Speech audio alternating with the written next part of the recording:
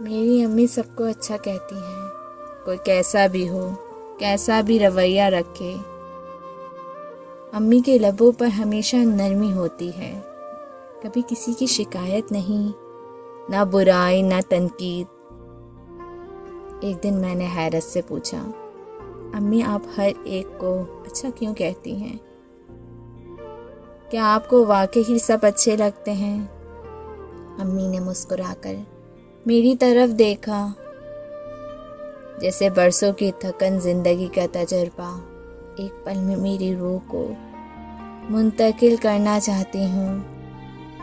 پھر بڑے آرام سے بولی، بیٹا کسی کو اچھا کہو گی تو وہ خود کو اچھا ثابت کرے گا، یہ اس کی ذمہ داری ہے، لیکن اگر تم کسی کو برا کہو گی تو پھر اسے برا ثابت کرنا تمہاری ذمہ داری بن جائے گی۔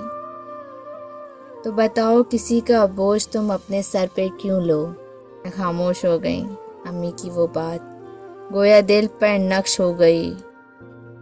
تب مجھے پہلی بار محسوس ہوا کہ ماں صرف رشتوں کی مائیں نہیں ہوتی، وہ دراصل حکمت کی زندہ کتاب ہوتی ہیں۔